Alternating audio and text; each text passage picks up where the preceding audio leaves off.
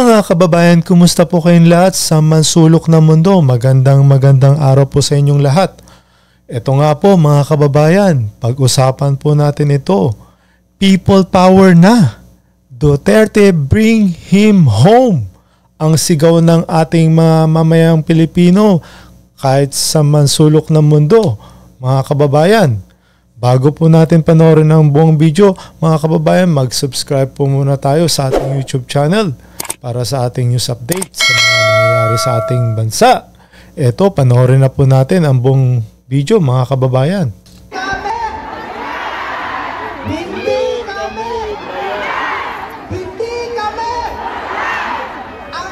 Yan po mga kababayan, ha? Ang sinisigaw po nila, yan po ay tunay na mga tao at hindi po yan bayad, mga kababayan. Yan po ay sa Netherlands na ginanap po nilang rally dyan sa sa The Hague, yung mga kababayan. Ayun po yung mga supporter ni Pangulong Duterte at ni VP Sara Duterte, mga Duterte po. At ayan po ay sinisigaw nila na hindi yan mga bayad, mga kababayan. Totoo nga po, hindi po talaga bayad yung mga yan. Mga kusa, mga Pilipino po nagsipuntahan dyan para pa suportahan nga po to si Pangulong Duterte at pabalikin sa ating bansa. Dahil nga sa ginawa nilang alam nyo na, katarantaduhan sa ating bansa na alam nyo naman na ang ating ngayon ay parang nababaluktot na, mga kababayan. Itong mga kababayan ho natin, hindi ho matanggap ang nangyari kay Pangulong Duterte dyan sa pagpapadala ho dyan sa ICC. Dahil po, alam po nila na mali yung ginawa nila kay Pangulong Duterte. Dahil wala naman ho talagang jurisdiction itong ICC sa ating bansa, mga kababayan. Kaya nandyan ho sila, nagtipon-tipon dahil sa nga nangyari kay Pangulong Duterte at gusto na ho nila mapabalik sa ating bansa at doon ho gawin yung paghuhusga sa kanya. Mga supporters ni VP Inday Sara Duterte at ni President Rodrigo Roa Duterte ay hindi bayad ho. Ayan po hindi po bayad yan, mga kababayan. Hindi kagaya doon sa kabila, nagkakaroon ho talaga ng bayaran, di ba ho? Ayun ho yung mga pa ho sila, naghahakot para lang ho dumami yung tao. Pero itong mga taong to, mga kababayan, nagtipon-tipon, voluntary po, nagpunta dyan para suportahan po itong si Pangulong Duterte at mapauwin sa ating bansa.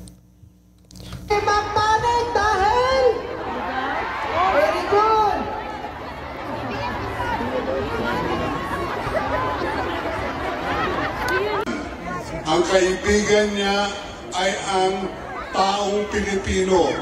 Kayo. Mahal niya kayo. Yan po yung nagsasalita si E.S. Mideldea po. Siya po yun, sinasabi po niya na ito nga, ang kaibigan ng Pangulo ay tayo pong lahat, mga kababayan. Yan po dahil yan po yung pagmamahal niya sa atin. Makikita niyo naman po sa dami ho ng tao dyan ngayon. Makikita niyo po ho. O di ba ho, ang dami ho, makikita nyo. Pagdasal nyo lang siya at supportahan natin itong laban na ito na dapat kailangan may gusto. Yan po, supportahan po, pagdasal po natin si Pangulong Duterte na maging healthy po siya at lakasan niya pong loob niya habang nandun po siya sa kulungan, mga kababayan. At sana nga po, mapabalik na po siya sa ating bansa. Best friend ni Duterte, ikaw, kayo. Ako po si... Ayan po po yung sinasabi ni pasalamat po tayo kay E.S. Mideldea dahil nandiyan po siya at nagagabay po sa ating at protektahan po ang ating Pangulo kahit na po yan po may sakit po siya, mga kababayan. Talaga pong hindi niya iniwan si Pangulong Duterte. Ito nga yung best friend po niya. Ayan po, kailangan po ganyan din ang gawin natin sa kanya, mga kababayan. Hindi po natin siya iiwan at tuloy po natin susuportahan hanggang mapauwi po siya sa ating bansa, mga kababayan. Dahil 80 years old na po siya, mga kababayan. Dahil nga sa ginawa nila ito ay hindi natin matatanggap na diyan pa husgaan diyan sa ICC. Di ba ho, mga kababayan? Bingbong Rojaldea, dating Executive Secretary ni Pangulong Rodrigo Roa Duterte. Alam po ninyo, hindi ko talaga kaya pumunta ngayon dito dahil sa aking kalagayan. Pero meron na ako isang bagay na gustong i-share sa inyong lahat. Tinatawag nila ako na best friend ni Duterte. Hindi. Ang tunay na best friend ni Duterte, ikaw, kayo. Alam ko po yun dahil sa 6 na taon na pagsilbi niya bilang Pangulo ng ating bayan, iisa lang ang kanyang kaibigan. Ang kaibigan niya ay ang taong Pilipino. Kayo. Mahal niya kayo. Naniniwala po kami dyan, E.S. Mildadea, sa ginawa po niya sa atin, sa ating bansa dahil sa 6 na taon po. Na ano po namin yun na naramdaman po namin yung kanyang pagmamahal sa atin. Di ba ho mga kababayan?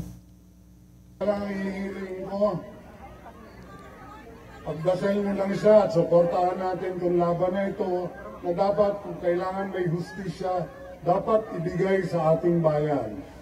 Yun lang po. Maraming salamat sa inyong lahat at sabay-sabay tayo pagdasal si Pangulong Duterte. Salamat po. Duterte! Malakas ang loob ko. Yan naman po si BP Sara Duterte. Ito po yung latest news dito sa mga nangyayari po dito sa The Hague patungkol po kay Pangulong Duterte sa loob ng kulungan. Ayan po. Pero bago po yan mga kababayan, magpa-good vibes pa muna tayo bago itong ginawang speech ni BP Sara Duterte. Ito lang ho, nakita ko lang ho ito. Pakita ko lang ho sa inyo kung anong nangyari dito sa mga bias media na to, di ba ho? Kasi ho, itong mga bias media na to, mga kababayan, hindi ho itong pinapakita nila sa TV. Wala ho silang pinabalita to dito sa atin. Dito nga sa mga social media, mga kababayan. Makikita nyo lang ho yan sa YouTube, tsaka sa social media. Pero sa TV ho, di nyo makikita yan. Ito lang ho, pampagood vibes lang ho tayo. Dito sa nangyari sa isang bias na media. Pakita ko lang ho sa inyo mga kababayan.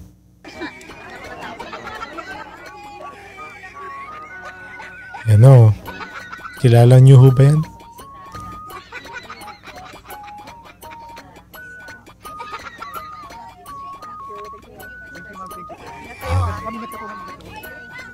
Ayaw po natin ng gulo. Ang gusto po natin, sa eleksyon nyo po ilabas lahat ng inyong mga nasa saloobin. Sir, nabisita niyo po si Presidente. Ano pong napag-usapan niyo? Ano po yung sinabi Sikit niyo? mama. Siya, kung talaga po yung kalusugan niya. Comment! Iniwanan po, mga kababayan. Yan na nangyari sa kanya, iniwanan ho siya. Dahil alam niyo naman ito mga kababayan. And pag nagbabalita ho sila, sobra ho eh. May mga ano yan eh. May kasamang paninira. Kasi ho, alam na ho natin itong mga taong to, mga mainstream media. May kasama ho yan. Alam nyo na ho yan. Kung magbalita ho sila, sobra-sobra, tapos may kulang-kulang. Hindi ho yung eksakto talagang totoong nangyari. Yan po. Kaya po, sinasabi nga ho nila, yan, deserve. Deserve nyo ho yan. Dahil ganyan ho kayo. Alam nyo na ho yan, mga yan. Di ba ho, mga kababayan? So, tuloy na po natin itong speech po ni BP Sara Duterte, mga kababayan. Malakas ang loob ko dahil nandyan kayong lahat.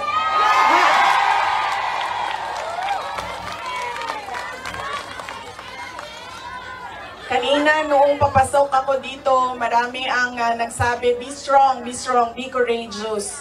I am only as strong as you are. Kung nakikita ko, sobrang lakas ninyo at sobrang lakas ng pagmamahal ninyo sa bayan, ganyan din ang nararamdaman ko.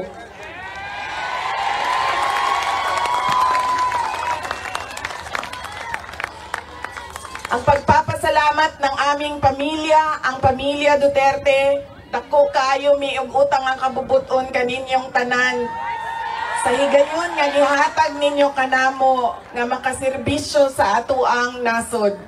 Napakalaki ng utang na loob namin sa inyong lahat sa pagkakataon na ibinibigay ninyo sa amin na makapaglingkod sa bayan. Maraming salamat po sa inyo, mga kababayan namin. Alam niyo ba mga kababayan kung bakit maraming sumusuporta sa mga Duterte? Dahil po nakikita ho natin yung mga kababayan natin, yung ginagawa ho nila para sa bayan natin mga kababayan. Dahil meron naman talaga ho silang malasakit sa mga mamamayang Pilipino. Ginagawa naman ho talaga nila at hanggang makakaya nila na makatulong sa atin. Diba ho? At syempre ho, iniisip nila yung bayan natin. Yan po. Kaya ho, hindi ho mawawala ang pagmamahal ng mga OFW kahit sino man at sa ating mga mamamayang Pilipino do sa bansa natin na ito nga ay mga Duterte ay talagang may malasakit sa atin. Di ba ho? Kapag tinanong mo siya, pa, ano ba ang kailangan mo dito sa loob? Ang sinasabi lang niya, mga, alam mo yon, mga bagay na shaving cream, Coke Zero,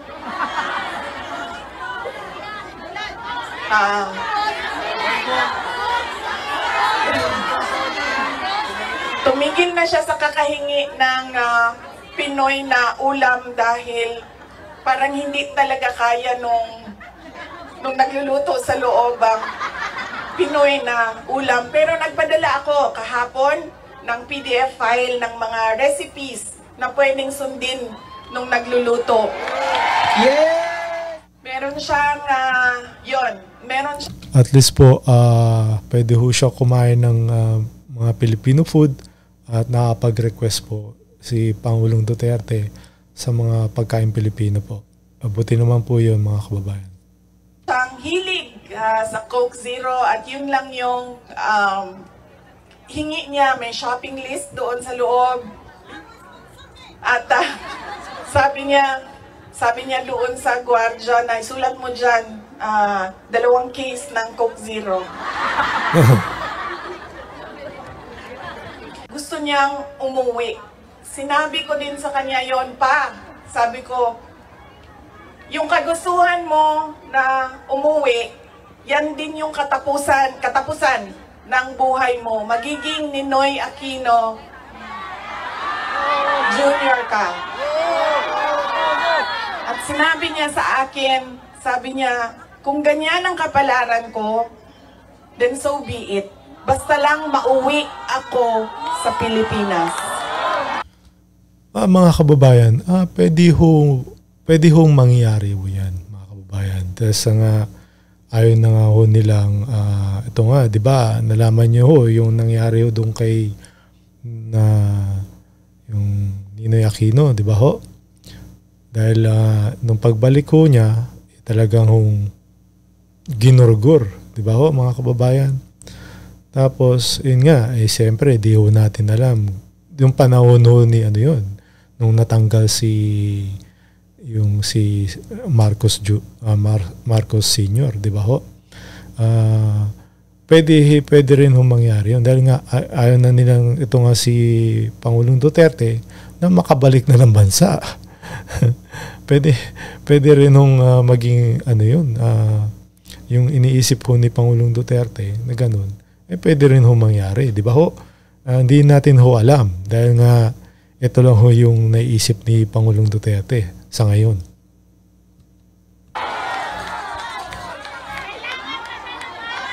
Kaya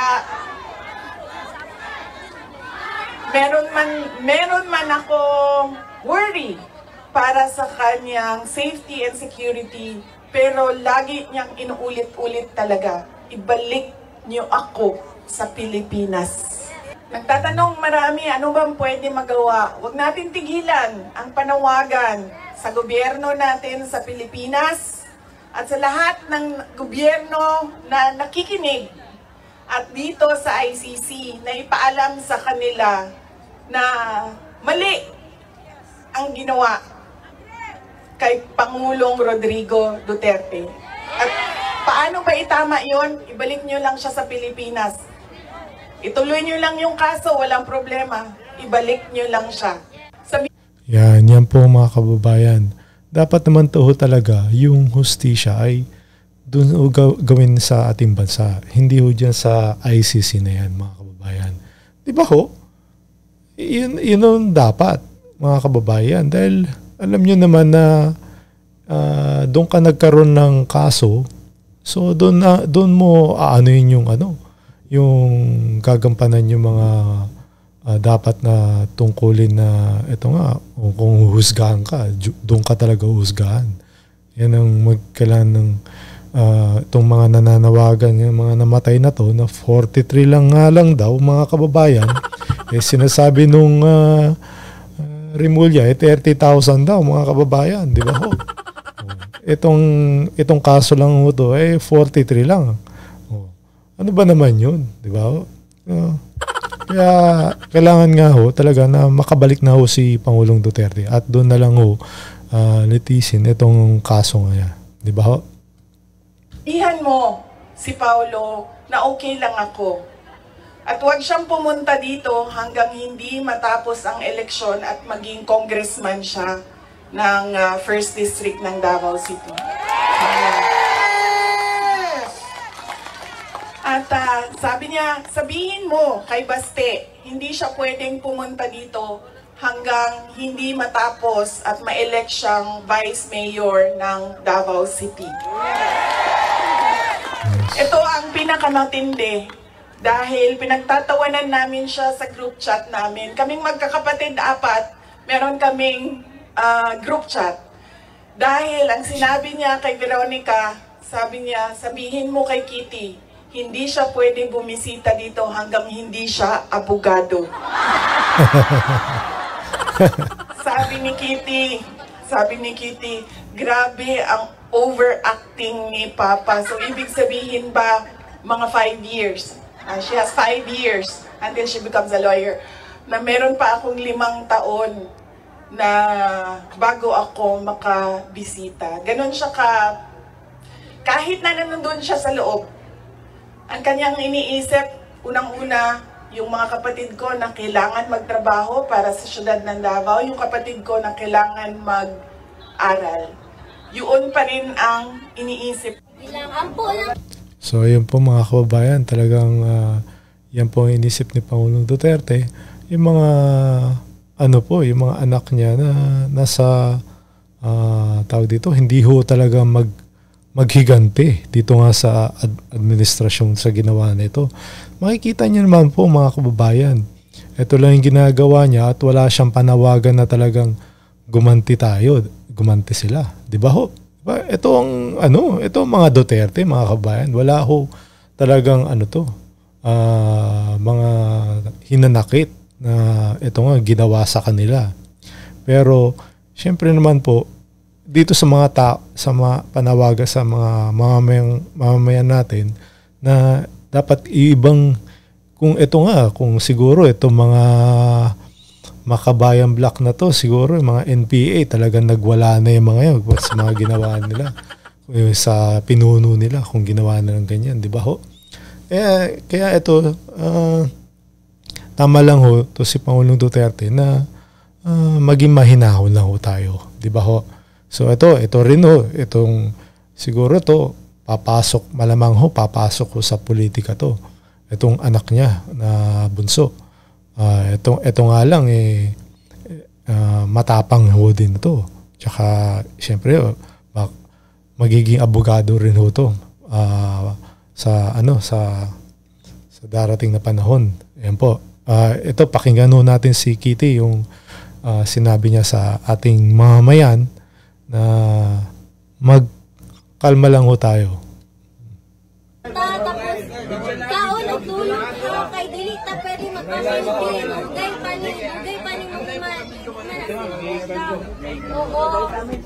Oo, wala vitamins, maayo.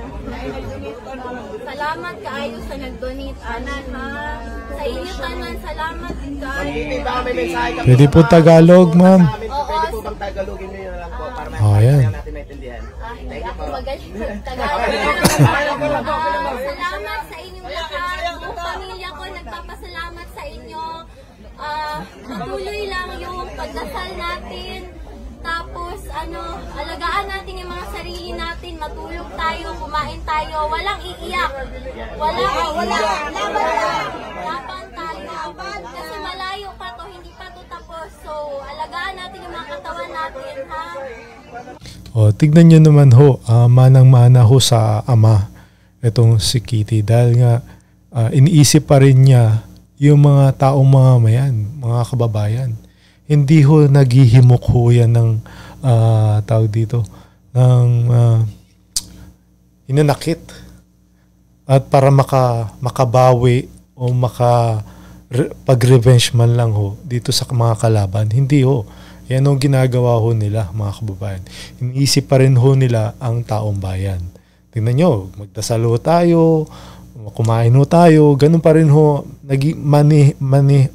tawag dito, mahinahon pa rin ho sila. Di ba ho? Ganito ho yung mga Duterte, mga kababayan. So, maganda ho ito dahil hindi ho ito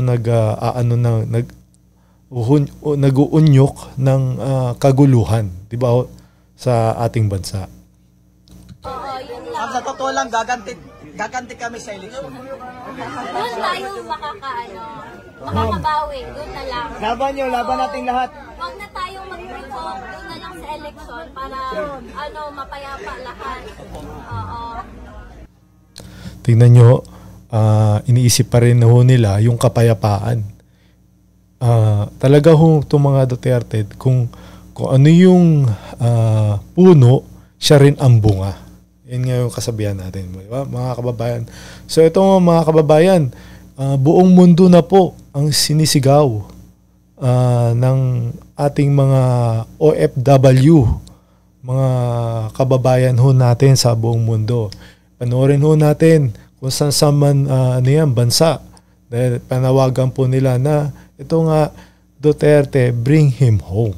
Diba ho? Iyan lang ho kailangan nila na ipagsisigawan natin talaga na may balik si Pangulong Duterte sa ating bansa.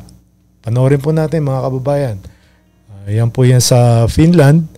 Makikita nyo po, London, Norway. Yan po, ang dami ho nila. Czech Republic. Makikita nyo. Dami ho talaga sumusuporta. South Korea. Makikita. Diyan po sa Davao po yan, Philippines. Finland. Yan po. Talagang nananawagan po sila. Dubai. Kahit sa mansulok ng mundo ho, mga kababayan. Yan pa rin ho sa Davao. Ayan naman po, kahit umuulan. Sa Japan naman po yan, mga kababayan. Umuulan na ho, tsaka malamig ho yan, ha. Pa rin ho sila. Nagrarally pa rin ho sila. At panawagang makabalik na ito si Pangulong Duterte. Ito nga po, sa Toronto, Canada naman ho ito. Ang lamig din ho dyan. Tignan nyo yung ginagawa nila. Spain. Yan po. Sa Spain naman po yan. Kahit sa masulok ng mundo, malalaman ho natin, mga kababayan, na talagang mahal nila si Pangulong Duterte. Dahil nga, at mali ho yung ginawa ho sa kanya na ayun nga na papuntahin nga dyan sa The Hague, Netherlands, sa ICC. At dyan po siya husgahan sa ginawa niya. So ito nga ho mga kababayan, hindi ito fake news ha. Ito ho talaga ho nangyayari sa buong mundo mga kababayan, na hindi ho yan mga bayaran na sinisigaw nga ho nila, hindi ho kami bayad. Ayan, talagang kusa ho yan dahil alam naman ho natin na itong ginawa nga ng administrasyon na to, na bangag, may mapupuntahan din ho. Sige po, ano ho masasabi nyo dito mga kababayan? Mag-comment lang ho kayo, mag-like at pa-share na rin po at mag-subscribe sa ating YouTube channel. Maraming salamat po. God bless po sa inyong lahat mga kababayan. Mag-ingat po kayo.